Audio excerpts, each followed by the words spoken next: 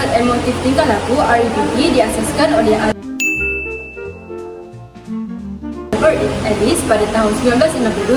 Teori ini menekankan bahawa pemikiran tidak rasional merupakan punca utama kepada gangguan emosi dan tingkah laku seseorang. Ellis percaya bahawa manusia secara semula jadi mempunyai potensi untuk berfikir secara rasional dan tidak rasional. Emosi negatif timbul apabila seseorang berpegang pada kepercayaan atau idea yang salah dan tidak logik terhadap sesuatu situasi. REPT mengintegrasikan elemen pemikiran, emosi dan tingkah laku dalam proses pemulihan psikologi. Menurut Kamus Dewan, pemikiran rasional ialah alasan yang munasabah dan diterima akal serta sesuai dengan budaya dan realiti persekitaran. Pemikiran tidak rasional terbentuk daripada pengalaman zaman kanak-kanak, pengaruh orang penting dan pengulangan kepercayaan yang salah sehingga menjadi sebati dalam diri. Assalamualaikum Amira. Amira sihat? Alhamdulillah saya sihat, cikgu. Amira dah makan? Dah, saya makan tadi. Okay, Alhamdulillah. So, macam mana keadaan Amira hari ni? Okey? Amira rasa Amira okey tapi tak okey. Tapi tak okey. Okey. So, tak apa. Sekarang ni Amira tahu tak kenapa Amira jumpa saya? Sebab saya rasa saya ada masalah yang saya nak mengadu kepada cikgu. Okey, betul lah. Kan, jaranglah ada orang datang sini tak buat sesi dengan saya. Baik. So, aplikasi yang teknik yang digunakan ialah A, B, C, D, E dan F. A. Activating event, iaitu teknik soal sidik peristiwa. Kaunselor bantu klien mengenal pasti situasi yang mencetuskan emosi. saya ada dengar baru-baru ni awak ada masalah dengan result matematik tu tak? Saya cikgu. So, saya dah tengok dah result awak. Semua cantik je. Ada A, ada B. Tapi saya tengok result matematik awak ikan. Betul tak? Saya cikgu. Saya sedih juga dengan result saya tu. Saya rasa saya dah berusaha dah. Tapi result saya still tak cantik. Tak apa. Kita akan cuba cari penyelesaian dalam sesi kali ni. Okey? Boleh? Boleh cikgu. Jadi dalam result yang awak dapat pada minggu lepas tu, apa yang membuatkan awak merasa sangat kesal dengan result tu? Dan apakah kesan yang awak dapat daripada kegagalan peperiksaan matematik? Kesan yang saya dapat daripada kegagalan kertas matematik itu, saya rasa saya memang bodoh. Tak kira berapa kali saya dah ulang kaji sekalipun, still saya tak boleh nak skor. Mungkin saya memang tak sesuai untuk belajar dalam subjek matematik. Tapi Amira yakin ke hanya subjek matematik sahaja yang Amira tak dapat skor? Saya rasa tak. Mungkin dalam subjek lain saya okey, tapi dalam matematik saya memang tak boleh nak skor.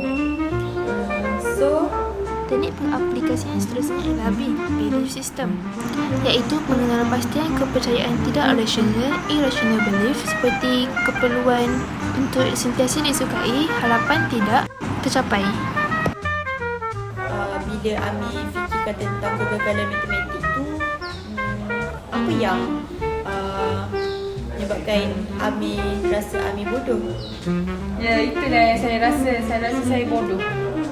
Jadi hanya disebabkan Amira rasa Amira gagal dalam subjek matematik, Amira rasa Amira terus jadi seorang pelajar yang tak cerdik ataupun tak pandai. Macam tu.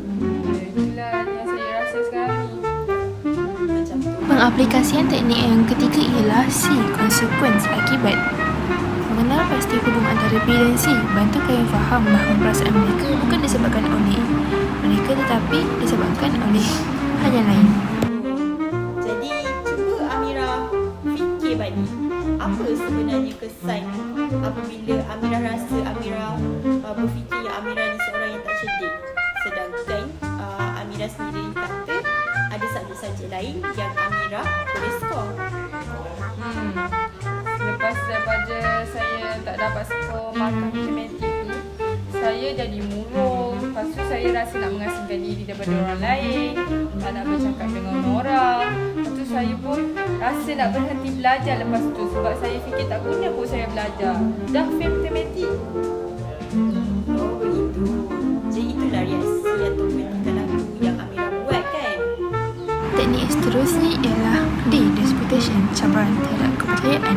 Teknik yang digunakan dalam video ini ialah Socratic questioning and cost benefit analysis. Adakah Amira rasa itu adalah tindakan yang terbaik? Saya rasa buat masa sekarang ni saya nak jaga emosi saya je. Saya tak fikir pun mana yang terbaik untuk diri saya. Baik, cuba kita fikirkan balik semula tentang kepercayaan yang Amira fikirkan tu. Amira kata, kalau Amira gagal matematik, bermaksud Amira bodoh. Tapi, adakah untuk subjek lain yang Amira dapat itu merasakan Amira bodoh juga? Tak juga. Ada kawan saya yang pernah gagal tapi sekarang mereka okey. Pengaplikasian teknik yang seterusnya ialah efek kesan baharu. Teknik yang digunakan penegahan pemikiran rasional melalui afirmasi positif. Jadi, apa yang Amira boleh fikirkan daripada result yang kawan Amira dapat tu? Saya rasa dia pandai dalam subjek tertentu, tapi ada setengah subjek yang lain tu ada yang dia tak pandai juga. Macam saya tak pandai matematik je, tapi subjek lain saya okey. Betul? Sekarang Amira nampak tak bahawa setiap manusia itu ada kelebihan dan kekurangan masing-masing pada sesetengah subjek. Jadi, tak bermakna Amira gagal dalam subjek matematik itu menyatakan Amira adalah seorang yang tak pandai. Sedangkan dalam subjek lain juga, Amira dapat skor subjek-subjek tersebut. Ya, mungkin saya cuma perlukan bantuan yang lebih daripada pihak yang tertentu untuk saya skor dalam subjek matematik.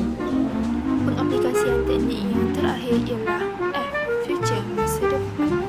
Teknik yang digunakan adalah perancangan tingkah laku baru dan pemantauan iaitu self-monitoring journal. Kalau Amira dah cakap macam tu, pernah tak Amira terfikir yang Amira nak cuba buat bagi meningkatkan prestasi matematik? Mungkin saya perlu dapatkan lebih lagi latihan daripada cikgu matematik saya, ataupun saya perlu pergi ke kelas tambahan untuk dapatkan latihan yang lebih lagi supaya saya dapat ingat dan dapat belajar lebih lagi tentang matematik. Betul? Jadi, sebenarnya walaupun Amira tak lulus dalam peperiksaan matematik, tapi Amira sebenarnya boleh mengambil inisiatif lain. Macam Amira cakap sendiri tadi, Amira boleh pergi kelas, Amira boleh buat latihan, dapat ketunjuk ajar daripada cikgu matematik Amira. Jadi sekarang ni, bagaimana kalau Amira ubah kepercayaan Amira yang bahawa menyatakan Amira ini bodoh dalam matematik dan cuba ubah kepada yang kata-kata yang lebih positif? Boleh? Saya rasa itu lebih masuk akal dan itu yang terbaik untuk diri saya buat masa sekarang ni, cikgu. Jadinya mungkin Amira boleh gunakan kata-kata positif seperti aku sebenarnya boleh kalau aku usaha dengan lebih banyak. Contoh macam tu. Jadi kalau Amira gunakan semangat Amira untuk subjek yang Amira lulus tu, bawa kepada subjek matematik, mungkin itu akan membantu Amira untuk terus belajar. Betul kata-kata cikgu tu. Sekarang ni saya rasa lebih ringan bila saya fikir macam tu dengan kata-kata positif. Okey, jadi sekarang Amira fikir balik, apakah perasaan yang Amira rasa bila Amira dah melahirkan idea-idea daripada Amira sendiri? Sekarang ni saya rasa lebih tenang dan mungkin masih takut, tapi saya rasa saya patut cuba lagi dan saya tak boleh berputus asa.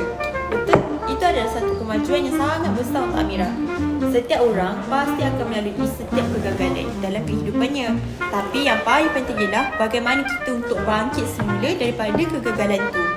Jadi saya akan bantu Amira untuk buat satu jadual pembelajaran Jadi Amira boleh gunakan jadual tu sebagai salah satu inisiatif untuk Amira meningkatkan kemahiran dalam matematik. Setuju? Setuju cikgu. Terima kasih cikgu. Saya hargai sangat bantuan ni. Terima kasih Amira kerana keterbukaan awak pada saya pada hari ini. Jadi kita akan jadikan kegagalan ini sebagai satu loncatan untuk membina diri kita sendiri pada masa depan. Saya percaya Amira boleh buat dengan lebih baik pada peperiksaan yang akan datang. Ini bukanlah penamanya kerana Amira masih memiliki masa depan yang lebih cerah. Baik cikgu. Terima kasih cikgu.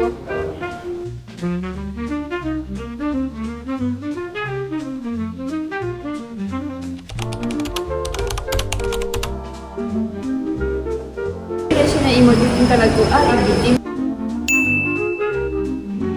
merupakan pendekatan kausali yang berkesan dalam membantu klien mengatasi pelbagai masalah seperti kebimbangan, pengurungan dan isu penghuni. Ia menggunakan model A, B, C, D, E, F yang membantu klien mengenal pasti peristiwa, kepercayaan tidak rasional dan kesannya terhadap emosi serta tingkah laku. Melalui proses ini, klien diajar mencabar dan menggantikan kepercayaan tersebut dengan pemikiran yang lebih rasional dan realistik. Hasilnya, klien dapat membentuk perubahan emosi dan tingkah laku yang lebih sihat dan positif.